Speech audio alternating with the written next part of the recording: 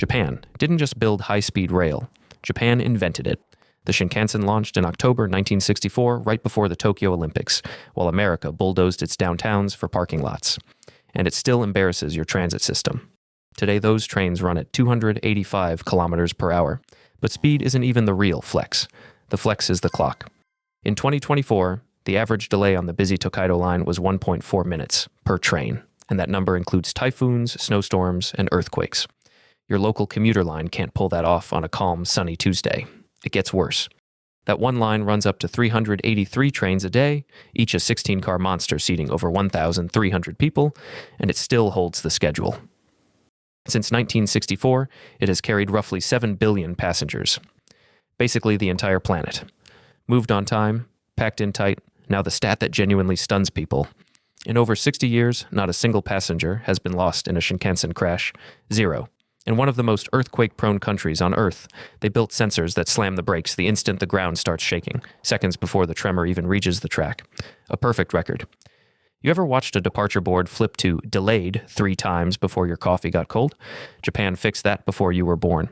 France is where this starts to feel personal, because France is the system America was supposed to copy. The TGV started running in 1981, Paris to Lyon, and it rewired how an entire continent moves.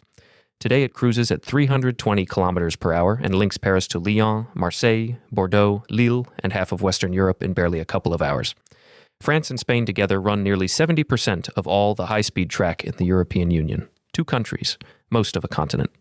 In 2025, the TGV carried 168 million passengers, trains running over 75% full, because people actually want to ride them. Imagine wanting to take your train. But here's the part you'll love. France did the one thing American politicians swear is impossible. They let competitors in. They opened the flagship Paris-Lyon route to an Italian rival, Trenitalia, going head-to-head with the French state railway. The result? Ridership on that line jumped nearly 20%, and average ticket prices dropped about 10%. Competition made it cheaper and more popular at the same time. And they're not coasting. France just ordered 160 next-generation train sets and is pouring billions into the network every single year. You've been told transit is a money pit that can't compete with flying. France heard that and kept winning. China is where the humiliation goes nuclear. Buckle up. In 2008, China had almost nothing, about 672 kilometers of high-speed rail, one line. By early 2026, over 50,000 kilometers. China built more high-speed rail in 17 years than the entire rest of the world, combined. Roughly 2 out of every 3 high-speed miles on the planet sit inside one country. Now compare that to home. California has spent over a decade and billions of dollars just trying to connect Bakersfield to Merced. China connected nearly every city it has with more than 500,000 people. Their standard trains cruise at 350 kilometers per hour. The new CR450 is built for a commercial speed of 400 kilometers per hour. 400. In testing, 2 of them blew past each other at a combined relative speed of 896 kilometers per hour. And the wild part? It can stop from 400 in the same distance the older trains needed to stop from 350. In 2025, China's railways handled over 4 billion passenger trips, peaking at 23 million in a single day. On any route under 1,000 kilometers, the train made flying pointless. It cut travel times in half, and people just stopped booking flights. Think about your last domestic flight. The security line, the cramped seat, the delay. Now picture a quiet train doing it faster, downtown to downtown. For them, that's a regular Tuesday. Spain barely had any high-speed rail 30 years ago. The first AV line opened in 1992 for the Seville Expo. Now, Spain runs the longest high-speed network in all of Europe, nearly 4,000 kilometers of it, second only to China on the entire planet. The crown jewel is Madrid to Barcelona, and Spain pulled the same trick as France, but harder. They threw the route wide open to competition, the state railway plus 2 private operators all clawing for your ticket. Average fares on that corridor fell 28 to 30%. In July 2025, the national operator posted its highest ridership in history, with trains running over 94% full. Madrid to Barcelona by train now beats flying once you count the whole airport circus. Spain proved a simple idea. Make the train fast, cheap, and frequent, and people will walk away from the plane without looking back. So a quick gut check. When was the last time a train near you got both cheaper and faster in the same year? Drop it in the comments. I'll wait. Germany. And this one is a plot twist. Germany is supposed to be the land of engineering perfection, precision, Efficiency. The ICE trains slide along at around 300 kilometers per hour, stitching together Frankfurt, Munich, Cologne, and Hamburg. On paper, it is beautiful. In reality, it's a mess.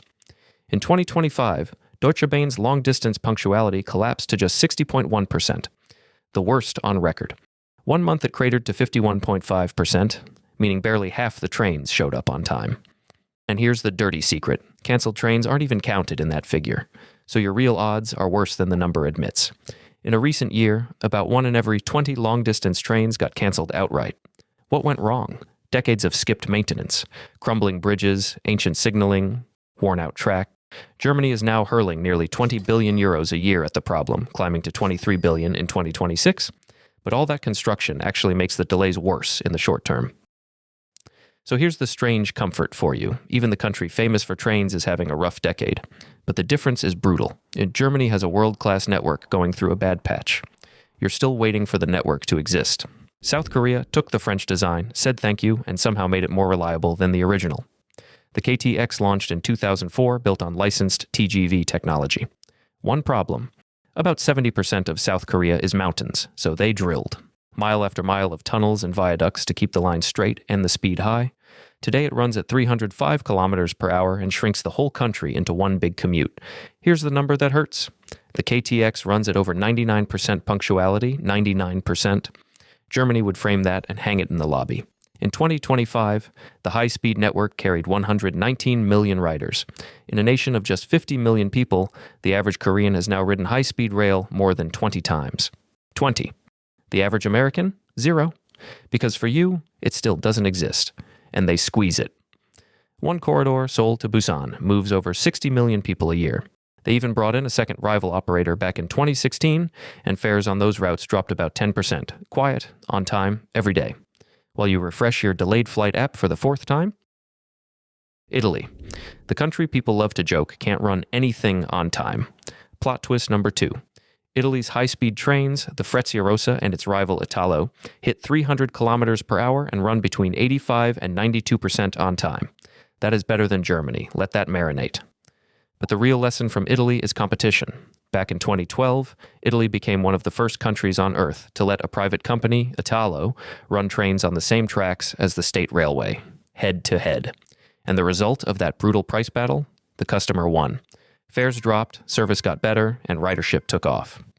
Today, there are around 164 high-speed trains a day just between Rome and Milan.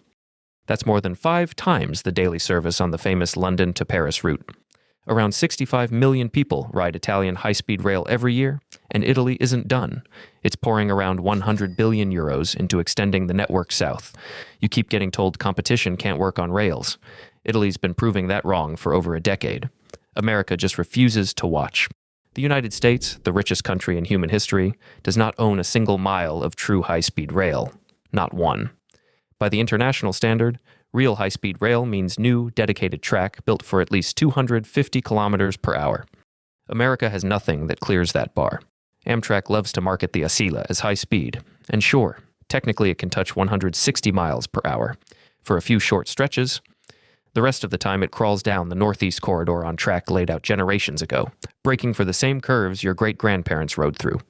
Early in 2025, the Asila managed 75% on time, and that's graded on a generous 10-minute window. The shiny new Asila trains?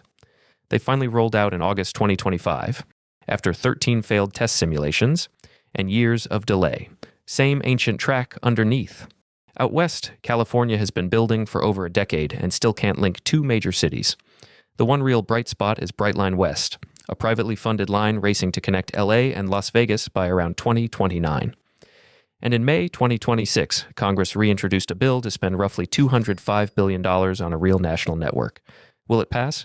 You already know the answer, so every country on this list raced ahead, and you got stuck in traffic watching them do it. Let's recap the damage. Japan, 60 years, 0 crashes. China, more rail than everyone. America, still stuck in the parking lot. The real question was never whether America could build high-speed rail. It's why you keep getting told it can't. Hit the subscribe button and let's discuss your thoughts on this below.